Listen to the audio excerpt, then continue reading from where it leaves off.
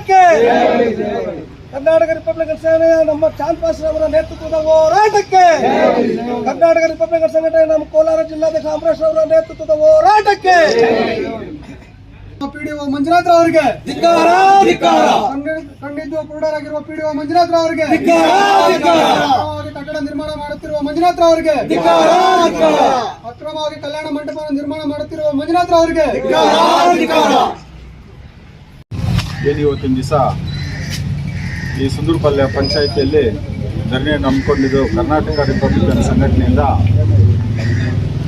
ಈ ತಾಲೂಕು ಪಂಚಾಯಿತಿಯಲ್ಲಿ ಮಂಜುನಾಥನವರು ಗ್ರಾಮ panchayat Manjunath PDO panchayat development officer ಆಗಿದ್ದು ರಾಜಾರೋಷವಾಗಿ ಇಲ್ಲಿ ನಡೀತಕ್ಕಂಥ ಅನೈತಿಕ ಕಟ್ಟಡಗಳ ವಿರುದ್ಧ ಏನು ಲೈಸೆನ್ಸ್ ಏನೂ ಕೊಟ್ಟಿರಲ್ಲ, ಅನುಮತಿನೇ ಕೊಟ್ಟಿರಲ್ಲ. ಒಂದು ಕಲ್ಯಾಣ ಮಂಟಪ ನಿರ್ಮಾಣ ಮಾಡಬೇಕಾದ್ರೆ ಅದು ಗ್ರೀನ್ ಲ್ಯಾಂಡ್ ಆಗಿರ್ತದೆ, ವ್ಯವಸಾಯಕ್ಕೆ ಮಾತ್ರ ಸೀಮಿತವಾಗಿರ್ತದೆ. ಅದರಲ್ಲಿ ರಾಜಾರೋಷವಾಗಿ ಇವರು ಕಲ್ಯಾಣ ಮಂಟಪ ಕಟ್ಟಿರ್ತಾರೆ, ಅದಕ್ಕೆ ಇವರು ಅನುಮತಿನೂ ಕೊಟ್ಟಿರಲ್ಲ.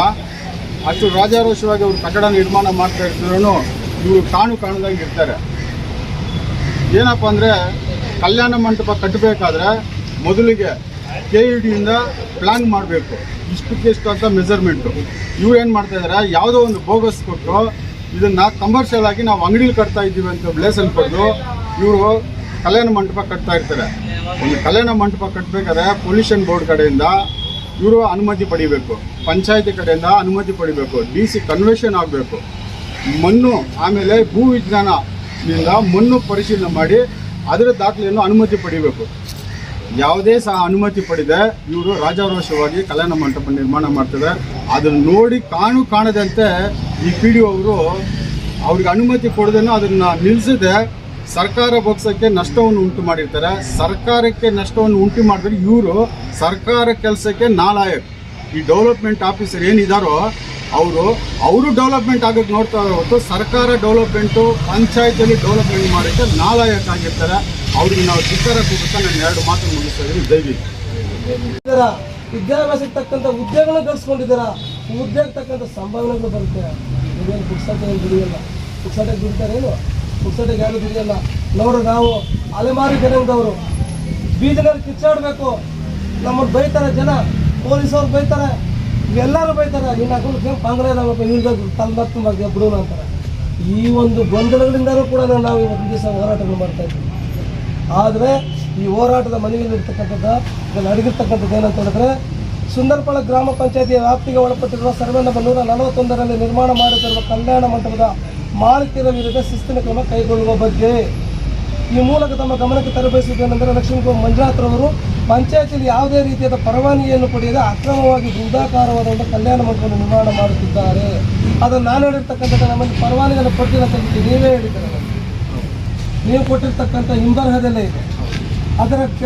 ಅದರ ವಿಚಾರವಾಗಿ ಈ ಒಂದು ಕಲ್ಯಾಣ ಮಂಟಪಕ್ಕೆ ಪರಿಸರ ಮಾಲಿನ್ಯ ನಿಯಂತ್ರಣ ಕೇಂದ್ರದಿಂದಾಗಲಿ ಪಂಚಾಯತಿಯವರ ಗಮನಕ್ಕೆ ಬಾರದೆ ನಗರಾಭಿವೃದ್ಧಿ ಪ್ರಾಧಿಕಾರದ ಅನುಮೋದನೆ ಇಲ್ಲದೆ, ಯಾವುದೇ ರೀತಿಯ ಅನುಮೋದನೆ ಇಲ್ಲದೆ ಮತ್ತು ಅನುಮತಿಯನ್ನು ಪಡೆದೆ ತಾಲೂಕು ದಂಡಾಧಿಕಾರಿಗಳ ನೈಜತೆಗಳಿಲ್ಲದೆ ಇವರು ಅಕ್ರಮವಾಗಿ ಕಲ್ಯಾಣ ಮಂಟಪವನ್ನು ನಿರ್ಮಾಣ ಮಾಡ್ತಾ ಇದ್ದಾರೆ. ಕಾರಣ ಏನಂದರೆ ದುಡ್ಡಿದೆ ನಿರ್ಮಾಣ ಮಾಡ್ತಾ ಇದ್ದಾರೆ. ಅದಕ್ಕೆ ಪ್ರಚೋದಕರು ಮಂಜುನಾಥ್ರವರು. ಯಾಕಂತಂದರೆ ಯಾರಾದರೂ ಕಟ್ಕೊಳ್ರಿ, ಏನೋ ಯಾರು ಬಂದರೆ ಯಾರು ಕಟ್ಟ ಏನು ಬಿಡ್ತಾರೆ, ನೀವು ಕೊಟ್ಟಿರ್ತಕ್ಕಂಥ ನಮಗೂ ಸಾಕಾಗುತ್ತೆ, ಏನೋ ಒಂದು ಇದಾಗುತ್ತೆ ಅಂತ ಹೇಳ್ಬಿಟ್ಟು ಅವರಿಗೆ ಫ್ರೀಯಾಗಿ ಬಿಟ್ಟಿದ್ದೀರಾ, ಕಟ್ಟಿಸ್ತಾ ಇದ್ದೀರಾ. ಕಟ್ಟಿರಿ, ಅದಕ್ಕೆ ನಾವು ಖಂಡಿಸ್ತಾ ಇದ್ದೀವಿ. ಇದಕ್ಕೆ ನಿಮ್ಮ ಉತ್ತರಗಳನ್ನು ನಮಗೆ ಈ ಬರವಣಿಗೆ ಮೂಲಕ ನಮಗೆ ಕೊಡಬೇಕು. ನಾವು ಈ ರೀತಿಯಾಗಿ ಮಾಡ್ತಾ ಇದ್ದೀವಿ ಅಂತ ಹೇಳಿಕೆಯನ್ನು ನಮಗೆ ಹೇಳಬೇಕು, ಜೊತೆಗೆ ಬರವಣಿಗೆನೂ ಕೊಡಬೇಕು. ಅಕ್ರಮವಾಗಿ ಕಲ್ಯಾಣ ಮಂಟಪ ನಿರ್ಮಾಣ ಮಾಡಿರ್ತಕ್ಕಂಥ ಲಕ್ಷ್ಮೀ ಮಂಜುನಾಥ್ರವರ ವಿರುದ್ಧ ಶಿಸ್ತಿನ ಕ್ರಮ ಕೈಗೊಳ್ಳಬೇಕು.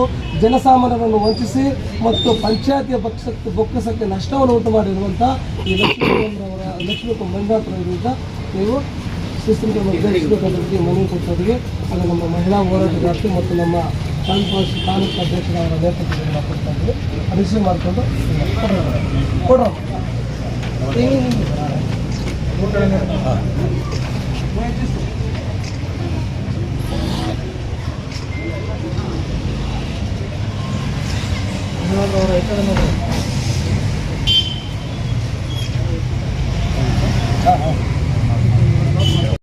ನಮ್ಮ ಹೋರಾಟ ಬೇರೆ ರೀತಿ ಮುಟ್ಟಾಗಬೇಕಾಗಿತ್ತು. ನಾವೇನು ರೈಫಲ್ ತಗೊಂಡು ಶೂಟ್ ಮಾಡಲ್ಲ, ನಾವೇನು ರೋಡಿಗೆಲ್ಲ ಗೂಂಡಾಗಳಲ್ಲ.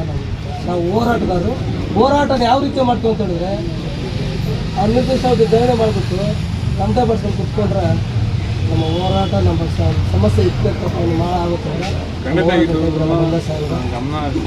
ದಯವಿಟ್ಟು ಮಾಡಿ ಇದರ ವಿಚಾರವಾಗಿ ನೀವು ಇವತ್ತು ನನಗೆ ಒಂದು ಎಂಡರ್ಸ್ಮೆಂಟ್ ನಾವು ಕೊಡಿ. ಯಾರಾದ್ರೂ ನಮ್ಮ ಅಧ್ಯಕ್ಷರು ಬರ್ತಾರೆ ಒಂದು ಕಾನ್ಫರೆನ್ಸ್ ಆಗಿ ನಮ್ಮ